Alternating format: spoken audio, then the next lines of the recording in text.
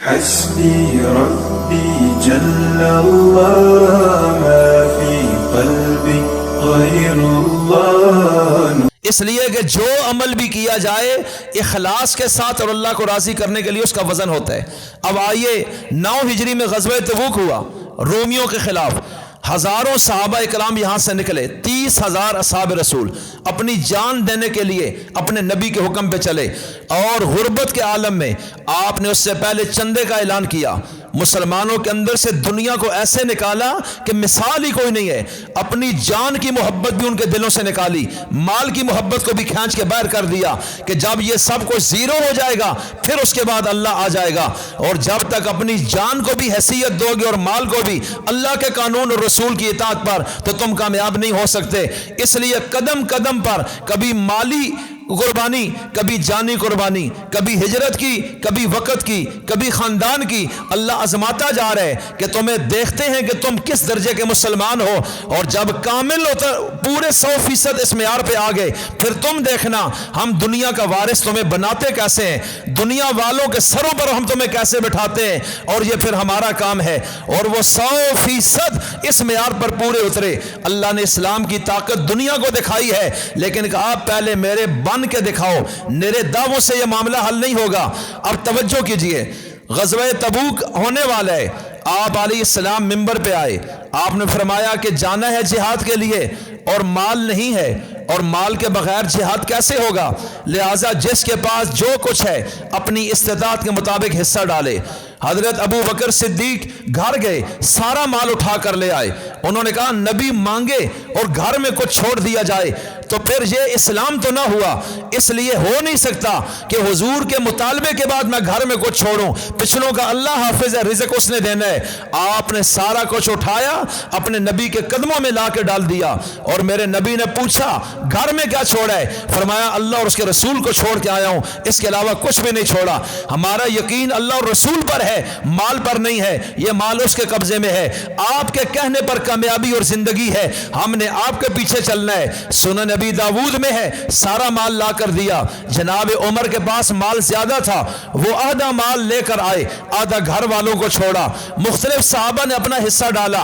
اور حدیث میں آتا ہے ایک انصار, اچھا حضرت عثمان غنی جو رسول اللہ کے دور داماد بھی ہیں, رسول اللہ کے صحابی بھی ہیں, عشرہ مبشرہ میں سے بھی ہیں, اور خلفائے راشدین میں سے بھی ہوئے, اور سابقون اولون میں سے بھی ہیں, اور مہاجرین میں سے بھی ہیں. ساری جنت میں جانے کی اعلیٰ فضیلتیں ان کو مل چکی ہیں. اور آج 9 ہجری, اس سے پہلے حدیبیہ کے موقع پر 6 ہجری میں اللہ ان کی شان میں پارہ 26 میں سورہ فتح اتار چکا ہے. اور ایک حضرت عثمان کی وجہ سے اللہ نے اس وقت حدیبیہ پر موجود 1400 سے 1500 صحابہ کو جنت کا سرٹیفکیٹ عطا کر دیا, ایک عثمان غنی کی وجہ سے. کہ جب ان کی موت کی ان کی موت کی خبر اٹھی کہ کافروں نے قتل کیا, شہید کیا, تو ان کا قصاص لینے کے لیے جو صحابہ نبی کے ہاتھ پہ بیعت ہوئے, اللہ ان سب صحابہ سے راضی ہونے کا اعلان کر رہا ہے.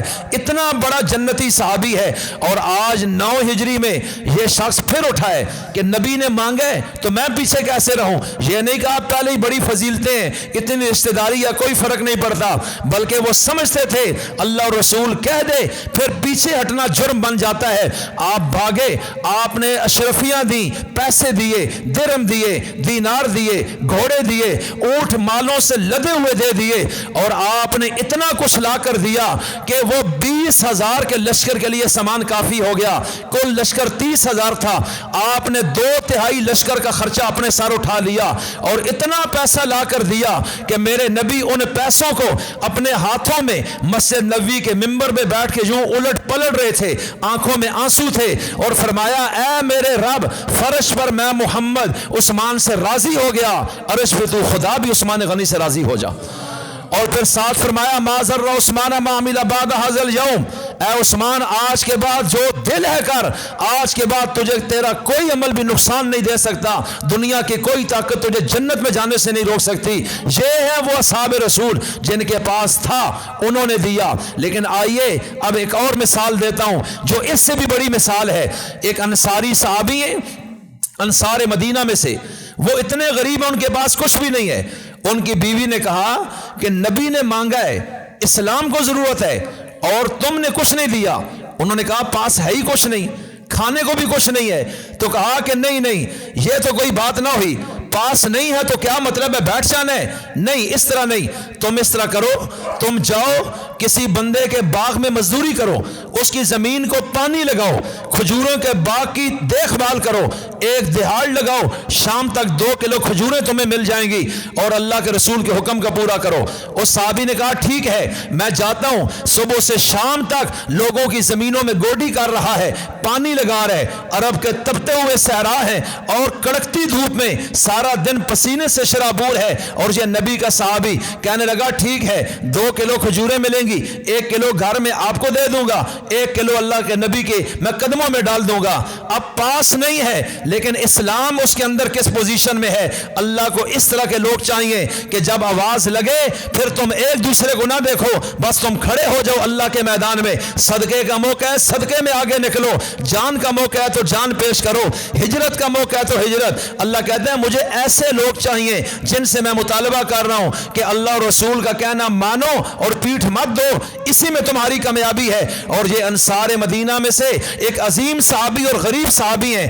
آخر شام کو 2 کلو کھجوریں لائے، 1 کلو رسول اللہ کو دی. نبی کو تو پتا تھا یہ اتنا غریب آدمی ہے، اس کے پاس تو کھانے کو بھی کچھ نہیں. اور اس وقت میرے نبی ان کی 1 کلو کھجور سے اتنے خوش ہوئے کہ جتنا مسلمانوں کا مال اکٹھا ہوا تھا آپ نے 1 کلو کھجور اس سارے مال پر بکھیر پر ڈال دی. فرمایا اس کھجور میں بھی جو مجاہدین کے لیے اللہ برکت عطا فرما دے گا.